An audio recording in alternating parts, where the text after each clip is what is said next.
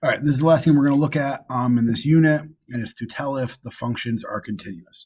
So let's first just come up with a very, very generic situation. Doesn't have to be these graphs, but just, let's discuss what it means to be continuous.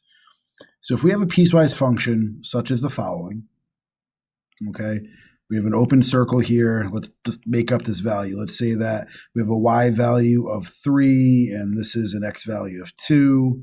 Okay, and then we have another piece coming up, such as this one, okay, with a colored in circle with a value of 1.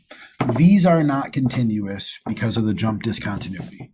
But if there were a way, let's see if I can do it with my mouse, if there were a way to slide this line up like this and color in that circle or fill in that circle, then it's a continuous graph. There's no holes in it. There's nothing to worry about. Okay, so jump discontinuity, things like that, not continuous. If I'm able to make it all one line, continuous. So what do you have to do for these problems? Okay, what you do, and if you notice, our instructions or our inequalities, it's the same value. It's -1. So if when you plug in -1 for these equations, if you end up getting the same y value, you can say they're continuous. If you get a different y value, not continuous.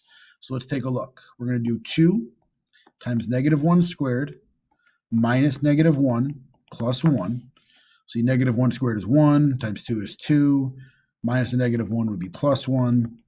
So this value will equal 4.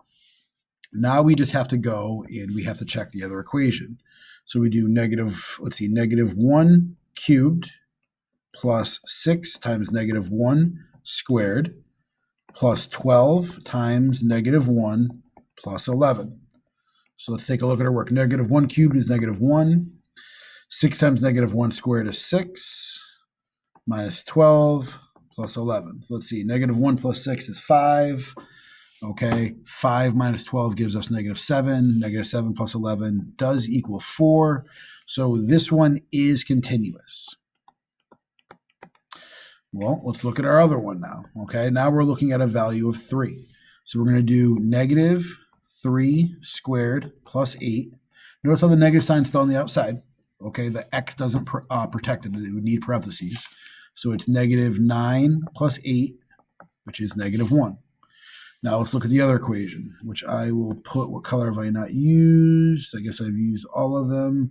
Tough decision here. I'll use green. So it'll be -2 minus 3 times the square root of 3 minus 3. Well, let's see. 3 minus 3 is 0. The square root of 0 is 0. -3 times 0 is 0. So this equals -2. -1 doesn't equal -2, so not continuous. Okay, not as bad as it looks.